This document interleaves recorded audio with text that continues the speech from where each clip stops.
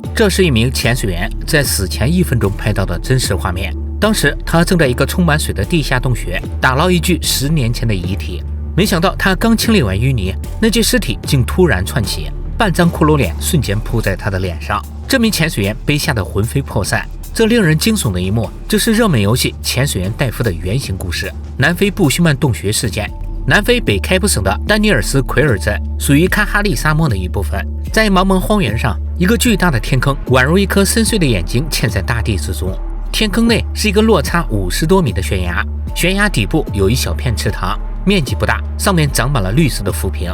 从外观来看，没有什么奇特之处。实际上，浮萍的下方却是一个状如大钟的巨型洞穴，里面灌满了地下水，最深处达283米。这就是我们本期故事的发生地——南非波斯曼盖特天坑，又称布须曼洞。2004年10月28日，一名潜水爱好者从香港来到这里，他就是我们这期故事的主角戴夫肖，也是游戏戴夫潜水员的原型人物。戴夫是澳大利亚人，50岁，自1989年起，他就一直在香港国泰航空担任飞行员。他与妻子和2个孩子也长期在香港定居。在此期间，戴夫接触到了潜水运动，尤其是洞穴潜水让他非常痴迷。经朋友介绍，他得知了南非布须曼洞，此前还从未有人到达过洞穴底部。于是戴夫决定挑战一下。在历经9小时40分后，他成功了。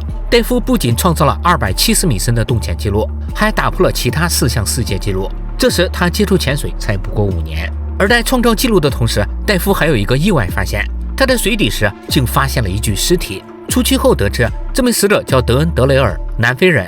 1994年12月17日，德恩跟随同伴进入布须曼洞潜水，可在上浮到50米时发生了意外，随后他失去意识并沉向水底。受当时技术的限制，救援队找了好久也没有发现他的遗体。没想到10年后竟被戴夫意外碰见。据戴夫描述，德恩的潜水服还算完好，但呼吸调节器已经不见踪影，裸露在外面的脸和手也已经全部变成了枯骨。戴夫出来时就已经下定决心要把德恩从水底救出来。随后他们又征询了德恩父母的意见，2位老人当然同意。临走时，戴夫向他们承诺自己一定会将他们的儿子带回来的。随后戴夫等人就开始了准备。戴夫一边训练一边组建着团队，因为没有地方售卖丝带，他还让妻子专门缝制了一个。为了熟练掌握这种带子的用法，戴夫还多次钻进带子实验。看来这种带子不能乱钻。经过2个多月的准备后，戴夫等人再次回到布须曼洞，一同前来的还有德恩的父母。为了能顺利把尸体捞上来，他们准备入水的潜水员就多达11人。此外还有不少支援潜水员、后勤服务团队和医疗团队，急救室、减压舱等设备更是一应俱全，可以说是做足了万全准备。打捞行动的总指挥叫弗纳·范沙伊克，也是当时的女子潜水世界纪录创造者。为了记录并宣传这次行动，他们不仅自己会全程拍摄，还特意邀请了许多媒体进行现场直播。整个团队共分9组，后勤和医疗组负责地面，其他7组全部在水下。他们的计划是，第1组为戴夫1人，他负责潜入水底，并将德恩的遗体装入袋子，然后拖着他上浮到220米，把遗体转交给在此等待的第2组，同时也是他的好友唐。随后戴夫减压上浮，而唐则带着尸体上浮到150米，将其转交给第3组的马克、杜桑。马克与杜桑在120米处转交给第4组的彼得和洛，彼得与洛在80米处转交给第5组的史蒂芬，史蒂芬在40米处转交给第6组的图恩，图恩在20米处转交给第7组。就这样，他们将以接力的方式完成打捞。听起来似乎很繁琐，但整个过程中最麻烦的却不是这个，而是枯燥漫长的减压程序。方法简单点说，就是潜水员每上浮一段距离就要停留一段时间，然后再上浮一段距离再停留一段时间，目的是缓慢释放体内溶解的气体。减压的时长跟潜水的深度和在该深度停留的时长有关，下潜的越深，在水下停留的时间越久，那么减压所需要的时间也会越长。比如潜到水底的戴夫，他下潜到271米虽然只需17分钟，但上浮减压的时间却要12个小时。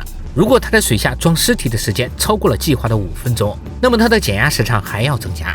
其他人也会因为等戴夫导致各自的减压时间加长，最后大家出风险的几率一起增加，所以戴夫的压力非常大。在装尸体时，他必须分秒必争。针对这种可能，在打捞开始的前一天，戴夫还专门开会说明过。他告诉众人，在潜水时最重要的人就是你自己，如果你遇到问题，那就处理你自己的问题，不要去管我。如果我没能上来，也不要等我，就把我留在那里。我对你们把我的尸体带出来不感兴趣，死一个总比死2个要好。当时谁也没想到他就会一语成谶。2005年1月8日，打捞行动正式开始。戴夫顺着原先铺好的引导绳第一个下潜，这是他此生的第333次潜水，同时也将是他的最后一次。按照计划，大约17分钟后，他就会到达水底。在戴夫出发的13分钟后，第二组的唐也开始出发，他的目的地是水下220米处。不出意外的话，7分钟后他就将到达那里，并刚好与上浮的戴夫汇合。唐顺着引导绳顺利来到了220米处，可他并没有看见戴夫。唐向漆黑的水底望去，隐隐约约看到那边似乎有灯光在闪。唐决定先等等看，可2分钟过去了，戴夫还是没有上来，下方的灯光似乎也停止了晃动。唐意识到戴夫可能遇到了麻烦，他立刻决定下去看看。尽管这不符合他们之前约定的安全准则，可他还是下去了。结果当他下到250米处时，一个沉闷的爆炸声忽然传来。唐检查后发现是他呼吸器中的一个设备被水压挤爆了，这导致他接下来必须手动给自己的呼吸器加氧。这种状态下，他不仅帮不了戴夫，还会给对方带来负担，那样的话两人都会有生命危险，所以唐不得不放弃下潜，开始上浮。此时第三组的马克与杜桑已经在150米处等待接应，可唐和戴夫却始终没有出现。两人隐约看见下方有灯光，但只看到了一个，他们不知道那是戴夫的还是唐的，因为两人只能等待5分钟。可现在6分钟过去了，人还是没有上来。受气体储量的限制以及之前定下的安全原则，两人不得不放弃等待，开始返回。在上升到100米时，他们碰见了正在下潜的第4组两人。马克用写字板告诉了他们下方的情况，随后4个人开始一起上浮。回到30米处减压时，写字板被负责支援的潜水员传回地面。这个消息立刻让原定的入水时间表被打乱。负责指挥的福纳决定先派第5组的史蒂芬下去查看情况。越过减压的几人后，史蒂芬在水下80米处碰到了一个人，他仔细一看，发现是唐。接着唐递给他一个写字板，上面写着戴夫不回来了。为了防止写字板丢失，史蒂芬也顾不上什么减压程序，他直接加速上浮，将写字板带回了地面。同一时刻，唐也上浮到了46米处。他因为多下潜了30米，同时上浮的速度又过快，所以减压病的症状开始出现。唐感到头痛眩晕，内耳也出现了剧痛感。之后，他整个人开始不受控制地旋转起来，有几次引导绳还差点脱手。有那么一刻，他内心在想，或许10年前的德恩就是这样沉入水底的。在外面，大家已经知道唐还活着，但戴夫可能已经遇难，但他们顾不上悲伤，如何保证唐的安全才是当前大事。福纳又派第6组的图恩下去帮忙，在40米处，图恩碰见了唐。这时的唐正承受着巨大的痛苦，他出现了严重的腹痛和呕吐，一不小心就有可能因此窒息。图恩立刻过去帮他上浮减压，在此期间，其他人也在不断的接力下去帮忙。就这样，在入水11个小时后，唐有惊无险地完成减压。出来后，他立刻被送入了减压舱治疗。忙完这一切，现场的人为戴夫进行了简短的悼念仪式。之后，大家就陆续离开了，没有人再想着去打捞德恩或戴夫的尸体。这场规模庞大而又高调的打捞行动，最终以再赔上一条性命而告终。新闻被播出后，立刻出现了许多质疑声，大家不理解他们为什么要这样做，意义在哪里。而就在外界议论时，又一个爆炸性消息出来了。就在戴夫遇难的3天后，也就是2005年1月12日。因为要取走洞内遗留的气瓶，团队中的彼得与帕图斯等人再次潜入了不须曼洞。正当他们在50米处收拾气瓶时，突然发现身旁多了一根绳子，可洞内除了他们铺的引导绳外，不应该再有其他绳子了。帕图斯非常好奇，于是就拉了一下那根绳子，想看看是怎么回事。结果有2个人影忽然从暗处飘了过来，他们顿时被吓得魂飞魄散，因为其中一个人影的面部是一张可怕的骷髅脸。过了好一会儿，他们才从惊恐中缓过来。之后，2人壮着胆子用灯光照向人影，发现那竟然是2具尸体，他们被同一根绳子串在一起，就这么在漆黑的水中悬浮着，一动不动。也不知已经在旁边陪了他们多久。彼得鼓起勇气靠近一些查看，发现其中一个只剩半张骷髅脸，而另一具尸体的脸部已经浮肿，但从面部特征和装备，他们很快就认出来了，这是3天前刚刚死去的戴夫啊！这2人胆子也是够大的，是我的话，估计早就被吓得不能动了。2人赶快浮出水面，将消息告诉了大家。之后，他们又重新入水，将尸体拖了上去。随着尸检结束以及戴夫头顶摄像机的内容，大家终于知道戴夫在水下遭遇了什么。原来，从水面到达洞底这一段，戴夫进行得非常顺利。之后，他开始清理尸体上的淤泥。潜水之前，专家曾告诉戴夫他们说，德恩的遗体只剩下骨头了，不会漂浮。可实际上，在270米深的水压和缺氧环境下，德恩死后不久，一种厌氧细菌开始水解他体内的脂肪，之后形成了一种不溶于水的肥皂状物质，又称丝蜡。而这个过程被称为造化。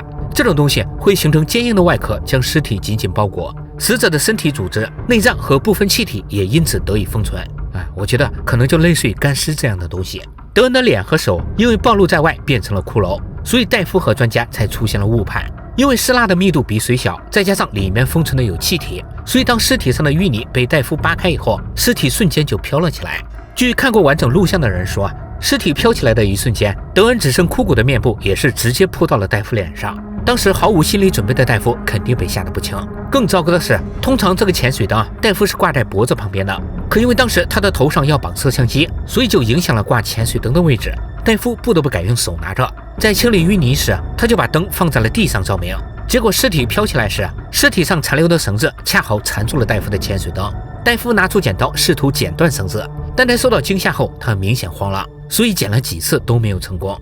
再加上他的 MK-15.5 循环呼吸器只能让他在这个深度待5分钟，所以戴夫在惊恐之中又多了一份焦急，这导致他的呼吸进一步加速，呼出的二氧化碳也越积越多，最终超过了循环呼吸器的过滤上限。戴夫很快就患上了高碳酸血症，又称二氧化碳中毒。录像里他痛苦的2声后就停止了呼吸，可以说戴夫是在恐惧和痛苦中缓慢死去的。但事情到这里并未结束，因为德恩和戴夫被绳子缠在了一起。在随后的时间里，浮力较大的德恩就拖着戴夫开始缓慢上浮。等到达50米左右时，两具尸体恰好达到了一个中性浮力，于是他们俩就悬浮在了那里，直到被彼得等人发现。而彼得他们看见的那根多出的绳子，其实是他们引导绳的另一端。原来在水底清理淤泥时，为了防止等会儿找不到回去的路，戴夫就把引导绳的另一端系在了自己身上。于是在他们死后漂浮时，另一端的绳子也就被带了上来。不管如何，戴夫也算是完成了他的承诺，就是把德恩的遗体带出了洞穴。但再仔细一想，又好像是德恩把他带了出来，又或者是两人互相帮忙。这诡异的巧合确实很难不让人多想。这就是潜水员戴夫的故事。对于他们的动潜行为，很多人表示不理解。我觉得戴夫在一部纪录片里所说的话或许能够解释。他说，快乐潜水的秘诀是保持温暖，而安全潜水的秘诀是不要潜水。可他们还是一次又一次下去了。换句话来说，就是我知道这样很危险，但这正是我想去做的原因。这或许就是探险者们的心态。好了，那本期视频到这里就全部结束了，感谢您的观看，我们下期再见。